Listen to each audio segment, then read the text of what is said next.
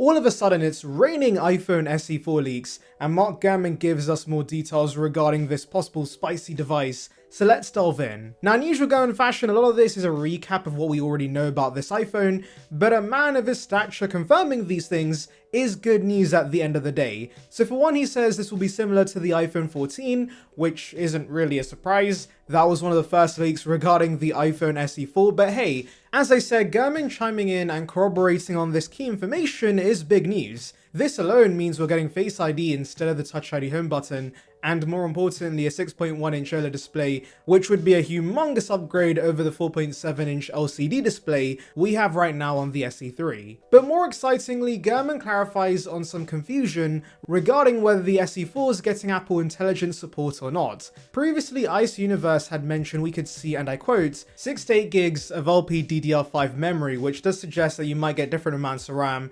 depending on the storage tier you go with. This is quite common in the Android one, of course, but it would be a first for the iPhone, though do remember the iPad Pros have done this for a while now, with some storage tiers getting 8 gigs and other storage tiers getting 16 gigs of RAM.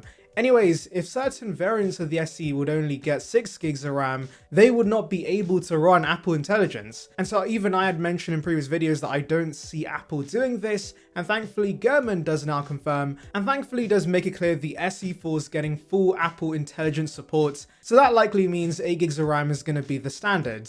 To be fair, considering the A18 will only be used in the iPhone 16, and we know for sure that's getting 8 gigs of RAM, they're likely just going to plop the same SoC into the SE4 because that's the best thing to do logistically. You know what else would be the best thing to do? Subscribing to this channel, of course. It's free and would bring you the latest about Apple right to your subscription box, so please consider it. It would be appreciated. Join the Saran Bite gang now. Anyways, let's move on to other details we know about the iPhone SE4. So according to leaker Unknowns21, partially assembled prototypes of the next SE have been equipped with lithium-ion batteries bearing the model number A2863, which Apple has already used, and guess what? Big surprise! The iPhone 14, which, yeah, does make sense because this basically is a reskinned iPhone 14. Now, the actual capacity of the battery is 3,279 mAh, which is a big upgrade over the 2018 mAh battery the current SE has. I do actually have an SE3 as a base testing device, and whilst the battery life isn't terrible, it's only just about good enough in my opinion, and so this having a capacity similar to iPhone 14 is fantastic news because the 14 in my experience got 7 to 8 hours of screen on time consistently, and that's plenty enough for most consumers. Unknowns21 then explains the obvious and says it saves Apple money to reuse components, and while that doesn't take a genius to work out because, believe it or not, but using old batteries in a new phone is gonna be cheaper for Apple. Who'd have figured? Jokes aside, this is the blueprint for the SE in general. It's a recycle bin iPhone. Whatever components can be found in the parts bin for a low price ends up being the new SE. And while considering they're still producing the iPhone 14 design, it makes it the perfect candidate for the new SE. Remember, the SE2 replaced the iPhone 8 that was still being produced, and the SE1 replaced the 5S that was still being produced, and so now we have the SE4 based on the existing iPhone 14. Now let's delve into what you probably want to know about the most, which is the release date and price. And unfortunately, because every leak on the planet likes to be vague with these details, a lot of leakers haven't pinpointed exactly when we're going to see this, but I have a theory that we're going to see this at a March event in early 2025. Why? Well, Unknowns21 makes it clear time and time again this will be based on the iPhone 14. Even Gurman has now confirmed this. And so usually when Apple releases a new SE, the model it's replacing is the oldest iPhone they sell. Right now, that's the iPhone 13, and so if it's based on the iPhone 14, we'll have to wait till the 16 series launches, and then it'll come down in price to $599. Apple's likely going to kill off the Plus, so only the 14 will be at $599, and that means it can easily swap out for the new SE at around the same price.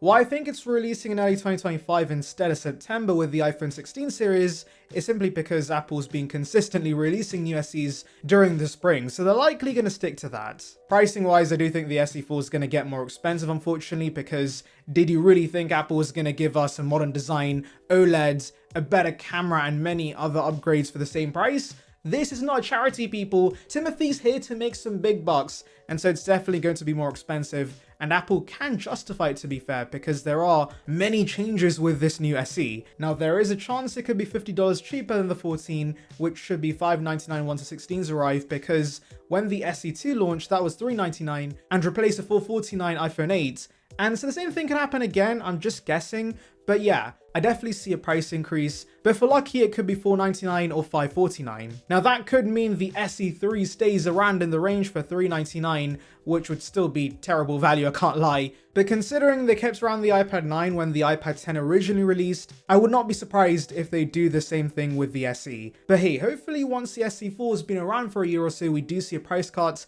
just as the iPad 10 recently dropped to $349. And I know there's going to be some people in the comments saying Apple's never going to get away with such a massive price increase, no one will buy this. But no, many people are still going to buy this. I know the tech community hates the SE3 because it's not great value at $429, and I actually agree with that. There are better spec Android devices for a similar price, but that doesn't stop it from consistently being a great seller, because here's the thing, guys. Yes, we techies focus on the raw specs. We want the Snapdragon 8 Gen 2, 16 gigs of RAM, and a 100 megapixel camera for $400.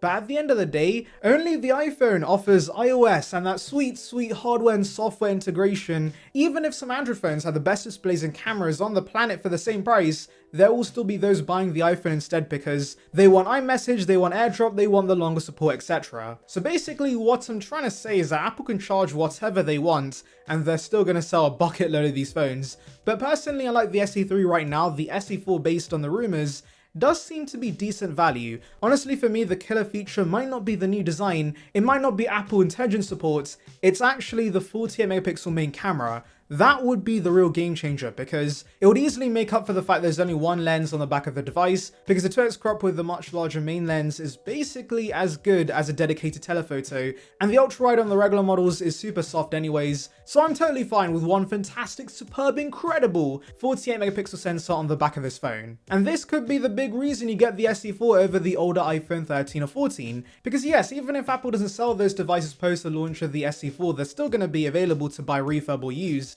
But I still think the SE4 is going to be the better buy because it has a newer chipset, it has a better camera, and also completely forgot about this, but this will also get Type-C because of the EU. So there are plenty of reasons to buy this over the 13 or 14, despite the design being identical to these phones. Anyways, let me know your thoughts in the comments, make sure to like and subscribe for more content like this, and thank you for watching. Right people, so for the longest time we were under the assumption the upcoming M4 Max would mostly be spec refreshes, but out of nowhere, Gurman drops a bombshell report that